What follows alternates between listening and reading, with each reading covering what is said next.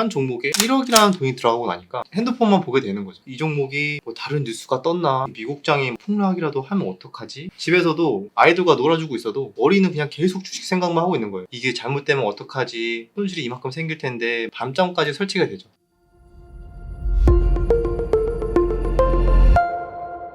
안녕하세요. 주식 전업 투자자 주덕입니다. 오늘 주제는 아마 여러분들도 여러 번 들어보셨을 거예요. 투자 그릇이라는 말이 있는데 본인만의 그릇이 어느 정도 되는지에 대해서 알아보는 그런 주제를 한번 설명드려보겠습니다. 대략 짐작으로는 내가 뭐 감당할 수 있을 정도의 돈을 내 그릇이라고 하는 거 아닌가? 뭐 이렇게 생각하시겠죠? 일단은 제 개인적인 경험을 먼저 설명을 드리자면은 저도 오래전부터 주식 매매를 해봤지만 딱 거기서 결정나는 것 같아요. 수익에 대한 그릇도 있지만 그것보다 보유, 자산을 내 주식 투자에 얼마큼 투입이 돼 있을 때 내가 마음 편하게 저녁에 주식 장이 끝나고도 가족들과 즐거운 식사를 할 수 있고 또는 아이들과 재밌게 놀아줄 수 있는지, 이게 가장 포인트였습니다. 저한테는. 예를 들어 설명하자면 한 종목에 5천만 원이라는 주식을 가지고 있으니까 그날 저녁에 괜찮아요. 아이들과 재밌게 놀고 친구들과 만나도 전혀 주식 때문에 신경 쓰이거나 막 그러지 않았었습니다. 그런데 한 종목에 1억이라는 돈이 들어가고 나니까 그날 저녁은 계속 핸드폰만 보게 되는 거죠. 이 종목이 뭐 다른 뉴스가 떴나, 아니면은 지금 미국장이 뭐 폭락이라도 하면 어떡하지? 막 이런 불안감이 생깁니다. 그러면서 집에서도 아이들과 놀아주고 있어도 한편으로 막 놀아주고 있지만 머리는 그냥 계속 주식 생각만 하고 있는 거예요. 그러면서 답답한 마음에 종목 토론방 같은 데도 들어가죠. 사람들이 어떻게 생각하지? 그러니까 신경은 온갖 주식에만 가 있는 거예요. 주식 장은 이미 끝났는데도 불구하고 거기서 이제 더 심해지면은 만약에 내가 가지고 있는 종목이 너무 불안하다, 또는 너무 많이 들어갔다, 뭐 이러면은 밤잠까지 설치가 되죠. 자기 전까지도 계속 그거 생각하면서 스트레스 받고 이게 잘못되면 어떡하지, 손실이 이만큼 생길 텐데, 그런 거에 대한 불안감이 막 몰려오면서 스트레스 받고 잠도 못 자고 즐겁게 생활도 못하고 말 그대로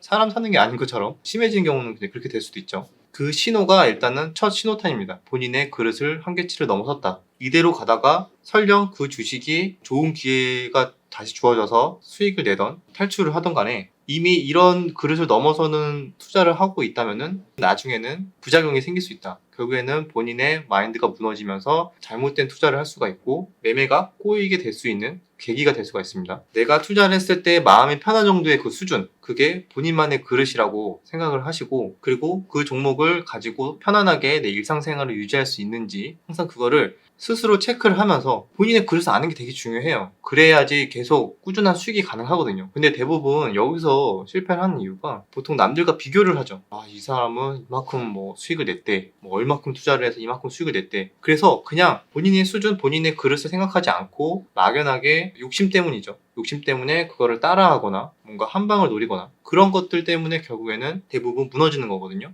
남들과 비교하지 말고 항상 본인을 체크하고 나의 성향, 나의 그릇을 항상 체크하고 서서히 그릇을 키우는 방법을 찾아야 됩니다. 그럼 여기서 궁금한 게 이제 생길 수 있습니다. 그러면은 그 그릇이라는 게 사람마다 다르다고 셌을 때 그건 과연 선천적으로 정해진 걸까? 아니면 후천적으로 노력으로 그걸 키울 수 있는 걸까? 이런 부분에 대해서 궁금하실 수 있어요. 두 가지 다 일리가 있습니다. 선천적으로 어느 정도 정해져 있고요. 이미 성인이 되기 전에, 그리고 후천적으로도 충분히 계속 그릇을 키울 수 있어요. 그러면 먼저 선천적인 거에 대해서 설명을 드리자면은 가장 중요한 게 부모님으로부터 배운 소비 패턴, 그리고 집안의 자산, 유년 시절에 부모님의 모습이 가장 큰 영향을 미칩니다. 만약에 부모님이 굉장히 근검절약하신 분들이고 조금이라도 아끼고 큰 돈을 조심스럽게 다루시는 분들이 대부분 많겠죠. 그러면은 거기에 맞춰져서 나도 그런 걸 보고 자라왔기 때문에 이 정도의 금액만 왔다 갔다 해도 이게 굉장히 큰 돈이고 나에게는 무서울 수 있는 돈이 될 수가 있는 거예요. 그게 선천적인 거고요. 반대로 비교적 사업을 크게 하시는 부모님이고 통이 되게 크시고 이런 부모님 밑에서 많이 자랐다. 그리고 굉장히 부유하다. 부유한데도 근검절약하는 집안이 있고 부유한데도 쓸 때는 통 크게 하시는 분들도 계시겠죠. 그런 부모님 밑에서 자랐으면 당연히 반대로 선천적인 그릇이 조금 더 클 수는 있습니다. 성격도 되게 중요해요. 성격 같은 경우에 본인이 그냥 안전 추구형의 성격이 있을 수 있고요. 손실 안 보이는 게 가장 중요하고 큰 변동성과 그런 거를 싫고 막 두려워하는 성격들이 있어요. 그러니까 안전 추구형이죠. 그런 분들이 계시고 반면에 승부사 기질이 굉장히 강한 분들이 있어요. 기회가 왔다 싶으면은 크게 한 번씩 승부를 보는, 공격적인 성격이죠. 전자의 경우에 안정 추구형 경우에는 당연히 성인이 되고 나서도 그릇이 상대적으로 적다고 보면 되고요. 승부사 기질이 있는 분들은 다른 분에 비해서 처음부터 그릇이 좀 크다고 보시면 됩니다. 근데 그릇이 크다고 좋은 게 아니에요. 제가 말씀드리면서 이런 생각이 들 수 있어요. 그럼 그릇이 작은 게 안 좋은 거고 크면 좋은 거네? 이렇게 생각하실 수 있는데 그거랑 전혀 관계가 없습니다. 여러분들 리스크에 대해서 공부하신 분들 당연히 아시겠죠? 하이 리스크 하이 리턴이고요. 당연히 로우 리스크 로우 리턴입니다. 그만큼 그릇이 크면은 벌 때 많이 벌지만 잃을 때도 크게 잃고요. 안정 추구형은 당연히 벌 때 안정적으로 조금씩 벌고 잃을 때도 크게 잃지 않는 그런 투자가 가능합니다. 저는 개인적으로 안전 추구형에 비슷한 성향을 갖고 있고요. 그런 선천적인 요인들이 있다면은 후천적인 요인들은 당연히 가장 중요한 게 본인이 경험에 따라서 다양한 투자 활동, 다양한 사업이든 경제적 활동을 통해서 겪었던 시행착오와 플러스 자산이 늘어남에 따라서 본인이 감내할 수 있는 리스크가 점점점 커집니다. 내 자산이 1000만 원일 때는 마이너스 100만 원 왔다 갔다 하는 거 굉장히 불안하죠. 그릇이 그만큼 그 정도 수준이 될 수가 있는 거고요. 본인이 5천만 원의 자산이 있으면은 300만 원, 500만 원까지 왔다 갔다 하는 것까지 감내가 가능하고요. 1억이 되면은 1000만 원까지 이런 식으로 본인의 경험과 자산에 따라서 후천적으로 그 그릇을 조금씩 키워나갈 수가 있습니다.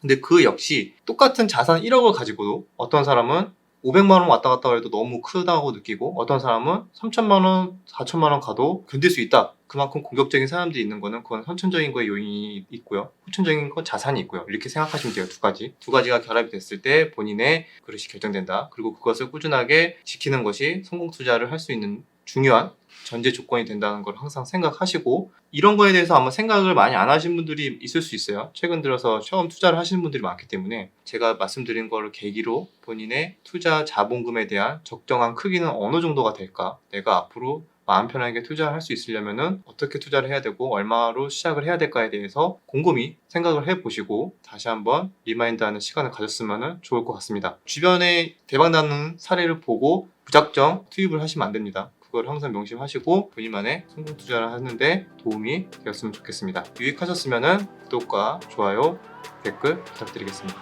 그럼 다음 영상에서 뵙겠습니다. 감사합니다.